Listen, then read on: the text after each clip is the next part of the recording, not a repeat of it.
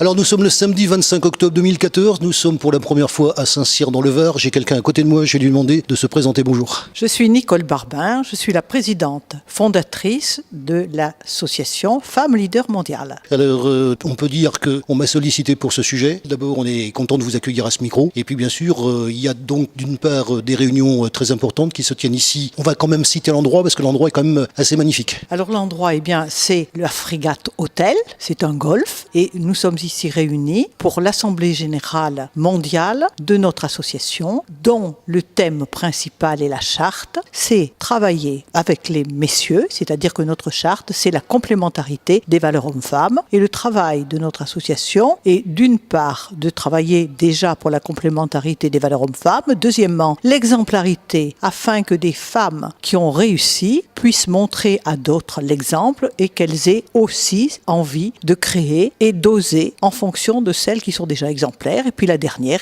c'est de faire un réseau mondial, comme beaucoup de réseaux masculins que j'admire profondément. Nous souhaitons nous aussi avoir un réseau mondial de femmes de tous horizons, économiques, sociaux, financiers. Tous les milieux sont représentés. Nous sommes la seule association non sectorielle, c'est-à-dire que toutes les femmes peuvent adhérer à notre association à condition d'avoir une marraine et d'être acceptées par le Conseil mondial. Alors justement, on parle de réunion mondiale. Ce genre de réunion, ça se tient à quel rythme durant les années ? Nous avons une réunion mondiale chaque année et des réunions dans chaque comité, dans chaque pays, à peu près une fois par mois. Mais par contre, au niveau mondial, nous réunissons tous les pays une seule fois. Et cette fois-ci, nous nous réunissons dans le Var et nous sommes heureux d'être accueillis par le soleil. Oui, justement. Alors, vous l'avez dit, vous faites cette réunion dans le Var, dans un cadre, je dois le dire, assez magnifique. Quand on a une réunion comme celle-là, il y a combien de personnes qui sont là donc avec vous ? Nous sommes à peu près 200 personnes ici présentes, mais nous avons des pays qui sont présents comme le Sénégal,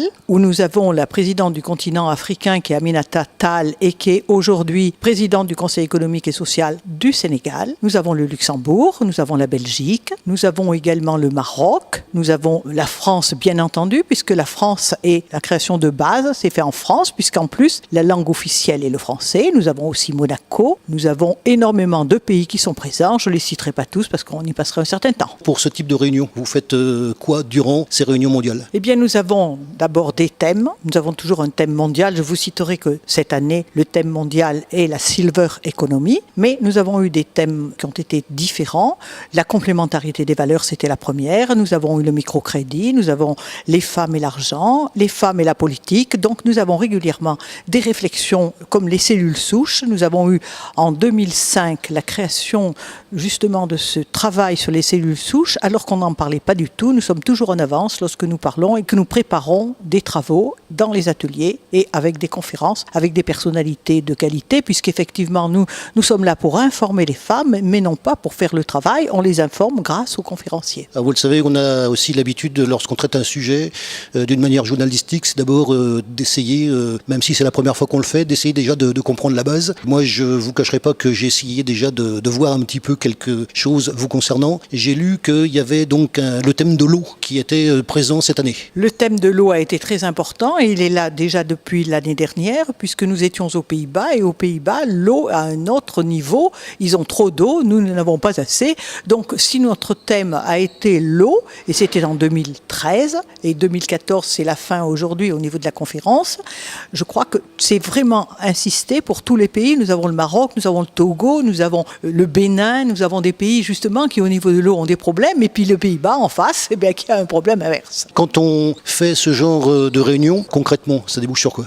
Ça débouche sur des demandes que nous faisons au pouvoir public en fonction de ce que nous avons réfléchi et analysé avec les conférenciers, et nous éditons des livrets sur chaque thème. Par exemple, nous avons fait un livret sur l'emploi et les stratégies nouvelles pour l'emploi, et nous avons fait un livret que nous avons envoyé à toutes les personnalités. Et chaque fois que nous faisons des travaux, nous faisons effectivement un livret que nous remettons également aux personnalités pour faire avancer à notre idée les choses comme nous le souhaitons. Alors justement, est-ce que vos interlocuteurs, lorsque vous leur soumettez vos résultats de réunion, est-ce que ensuite ça débouche véritablement sur quelque chose ? Comment vous êtes perçu et quelle finalité on peut avoir ? Ça débouche quelquefois quelquefois ça ne débouche pas. Je dirais un qui nous importe beaucoup et qui n'a pas débouché, c'est que les sommes qui ne sont pas versées aux partis politiques lorsque les femmes n'ont pas été respectées dans la parité, eh bien, au lieu que cet argent reste à l'État, nous avons demandé que l'argent aille à des partis politiques, tous confondus, pour aider les femmes à se former en politique. Ça, c'est quelque chose qui n'a pas marché, mais nous l'avons demandé, nous assistons.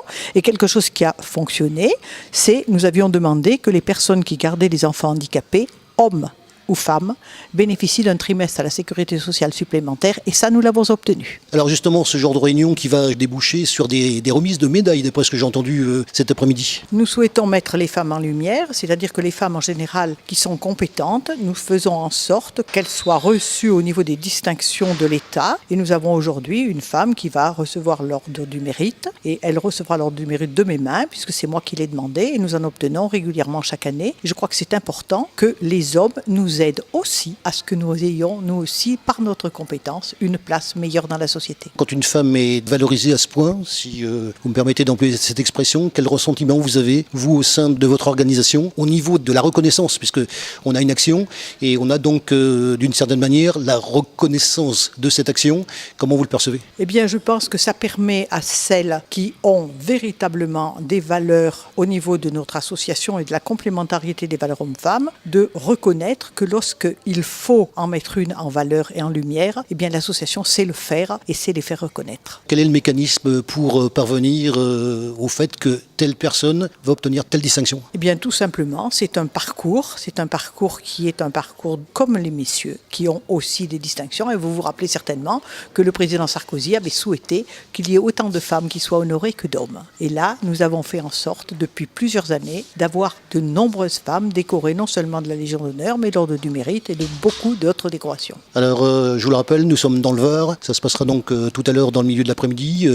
Et puis, il y a donc les autorités qui sont présentes à cette remise de médailles. Oui, bien sûr, il y a des personnalités qui seront présentes, dont je n'ai pas exactement la liste, mais par contre, nous remettons l'ordre du mérite à Béatrice Carreau-du-Lac, qui tient un hôtel dans notre région d'Auvergne, et un hôtel qui, depuis 5 générations, résiste au niveau économique, aux difficultés qu'il y a aujourd'hui dans l'hôtellerie. Je pense qu'au niveau de la complémentarité des valeurs hommes-femmes qui sont très importantes, les hommes ont besoin des femmes et les femmes ont besoin des hommes. Et je pense que dans l'avenir, ce sont les pères qui aideront plus facilement leurs filles à avoir leur place par leurs compétences.